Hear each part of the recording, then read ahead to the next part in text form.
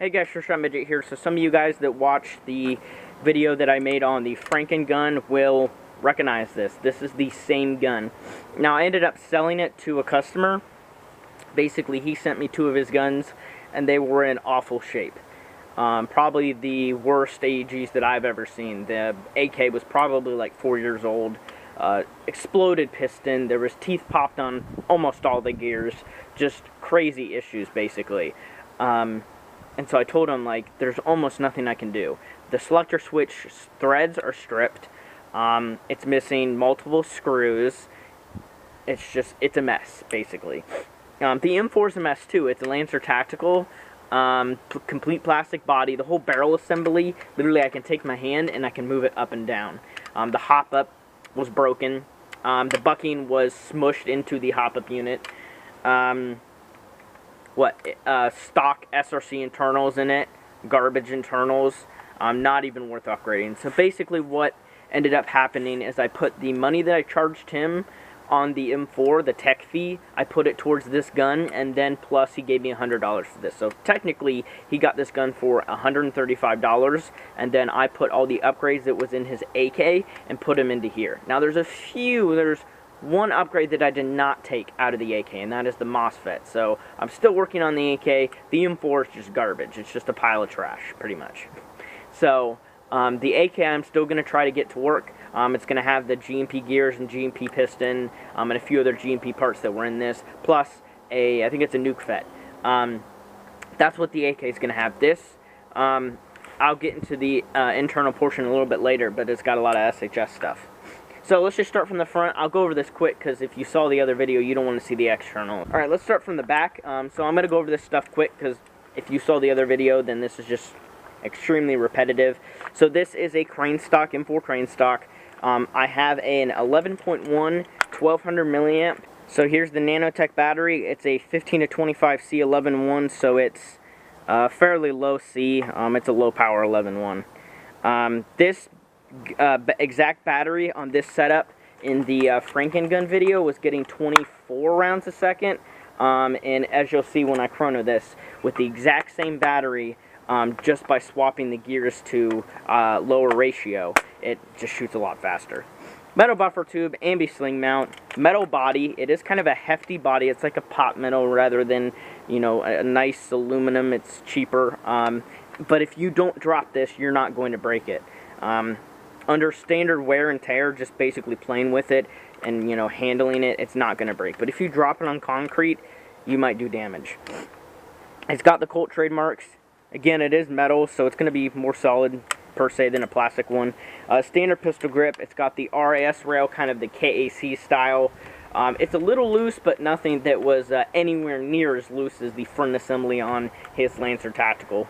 It's got rail space here, so he could put a flashlight. He does play indoors, so he can put a flashlight on here. He can put a grip on here. He can put an optic, because it does have the back folding sight. Of course, it does have the triangle sight on here, so he could cut it off if he wanted to put an optic, or he can just leave it and still put an optic. It's up to him, or no optic. It's totally up to him. And that has a built-in suppressor. I do not know how to take this off. I can try to take it off for him. It would be nice if I could, because then he could just, like, you know, use it this short for CQB. It's still not that long of a gun for indoor. I'd say it's as long as your standard 14.5-inch rifle, so it's really not that long. Still usable for indoor, like I said. So, as far as the internals, it has a Crytac rotary hop-up. So this is a brand new Crytac rotary hop-up. It shoots fantastic. It's got a brand new Lonex 50 bucking that I put in here. And of course, this hop-up unit and this bucking was not in on the old video. So since he bought it, I put a brand new Lonex bucking, which is $5, and then a brand new Crytac hop-up, which is, I don't know, they retail for like 20 or so. The inner barrel is the same. As far as the gearbox, it does have an SHS long type high torque motor. It's 16 TPA, so it's a balance. They call it a high torque. It's a balance. It's 16 TPA, just like the ZCI balance. So you'll get good rate of fire and good trigger response out of these motors. As far as the other internals, it's got, again, it still has the Crytac trigger contacts, so good quality trigger contacts. No MOSFET in here. It is wired to Dean's, but I'm sure that this thing's going to hold up fine for him. Let's say you're down the road, the trigger contacts fry, or the peg on the back of the gearbox where the trigger trolley hits snaps off for any reason. I told him, just buy a BTC. It's got good internals, so with the BTC, this thing would be insanely nice. So it is the GMP base gearbox still, so it's got GMP bearings, GMP shell, which is nice and strong, GMP full cylinder, GMP aluminum cylinder head. It's got a GMP aluminum nozzle O-ring. It's got the GMP stock spring, which I think is a 110. It's got an SHS metal rack piston, is the pre-lightened one, so it's got all the Swiss cheese holes on it. SHS 12-to-1 gears with a sector chip. I think I put a Lonex sector chip on here because I have a few of those. So yeah, I mean, I will test it. As far as feet per second, it shoots like right at 350, which is the limit for his field, so it is perfect. He could take this outdoor and indoor. It has a great rate of fire, so he can just, you know, definitely get BBs downrange at the outdoor field that he plays at. The outdoor field that he plays at used to have a 20 rounds a second limit, apparently, and so him and his friends stopped going to the field, and apparently they changed it, and apparently there's no limit now, or I think he said something about 35. I can't remember, but this is roughly shooting 32, so he should be able to, you know, play with this fine, especially because it's an AEG. Most people don't have problems with AEG shooting fast. If people do, they're just straight up retarded. That's pretty much just flat out. They've never teched on a gun in their life, most likely.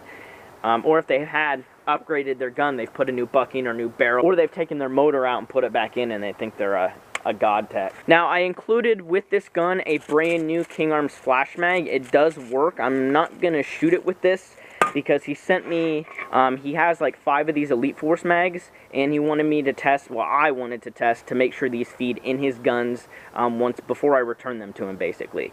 This does feed in here, I will say that. So I'm going to load this up. We're going to shoot the Elite Force mid-cap. I'm not going to shoot the Lonex flash mag, but it does work. I did test it, and I included that with the gun. And then I also gave him just a cheap Chinese high cap.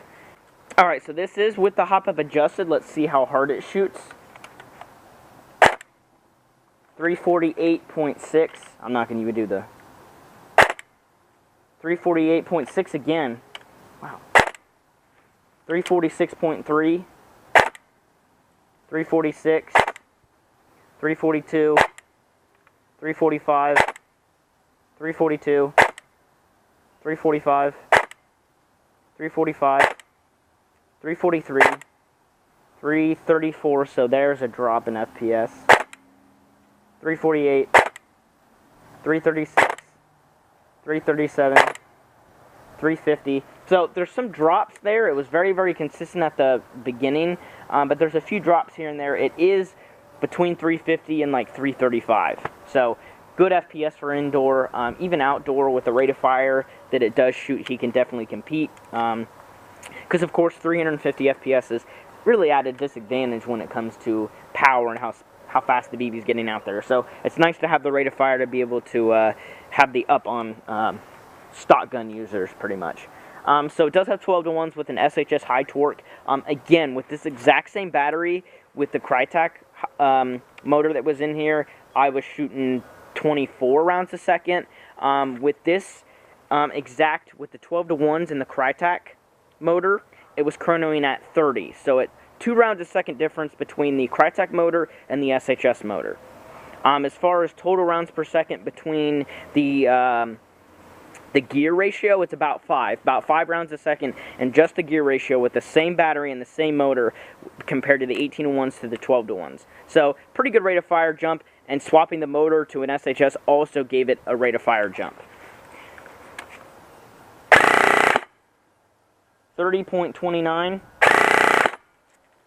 30.27, 30.22. 30 rounds a second is perfect for an AEG because it's not so fast that like you can run into premature engagement, and it's not so much stress on your piston or your gears. So perfect rate of fire if you ask me. So let's go ahead and shoot it some more. Alright, so after chronoing, we can see it shoots about 30 rounds a second with a 11.1 15 to 25C. That's perfect. I would stay at that C rating if I was him. With the 2000 milliamp, it might get like 1 round a second higher, because it's got more power capacity, pretty much. Trigger response stayed about the same as far as the 12-to-1s to the 13-to-1s. Trigger response really didn't go up any, but the rate of fire did. So, and I'd say 180 feet range.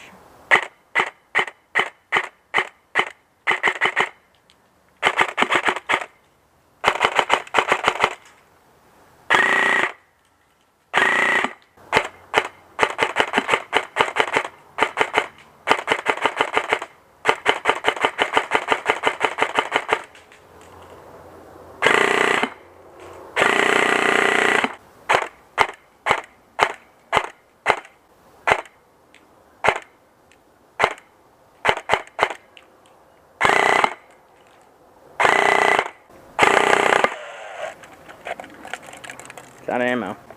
Alright, so let's go ahead and try it with a GMP mid-cap. His Elite Force mags are fine, honestly. At the end, I'd say the last 30 BBs, there's some skips, but that's totally fine, really. I don't think it's going to hinder him at all. He plays indoor most of the time anyways, so he's not going to be using full auto very often, I don't think. The bucking does need broken in, I can tell. It's literally brand new. These are the first shots through it. I just need to turn the hop up a little bit more there, too. Okay, let's try full auto.